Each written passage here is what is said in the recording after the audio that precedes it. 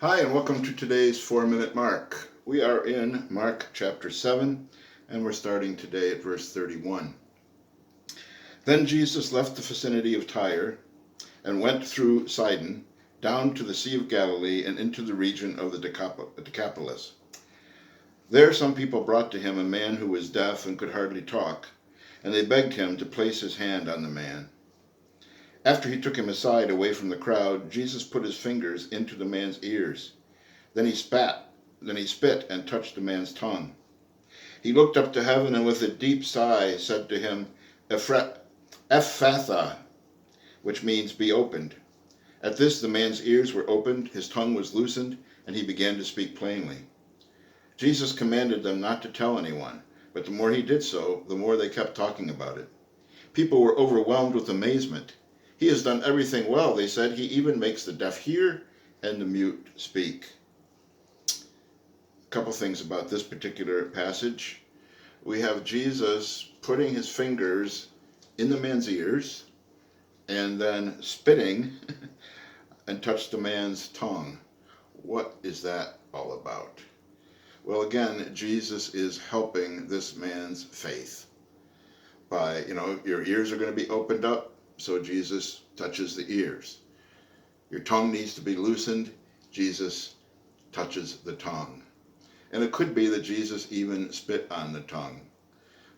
Because back then, saliva was considered to have medicinal uses. Now, Jesus didn't need all that elaborate hands and touch the tongue and spitting and all of that. But again, he is helping this person's faith along. He is saying, yes, I want to heal you. And I will use healing language, if you will, healing gestures that you will understand and interpret that, yes, indeed, I'm really going to heal you. Just as Jesus helps our struggling faith along. He's helped my faith many a times. And I'm sure he has helped yours as well. So then Jesus looks up to heaven and with a deep sigh says, Ephphatha. Ephphatha. I think that's how it is, which means be opened. Notice that Jesus first looks up into heaven. Why? Because again, Jesus is conveying that the power is coming from God and flowing through Jesus and now reaching out to this man. Be opened. And his ears were opened, his tongue was loosened, and he began to speak plainly. I like it that Mark includes in there that the man actually began to speak plainly, which shows not only that his tongue was loosened, but that his hearing was completely healed.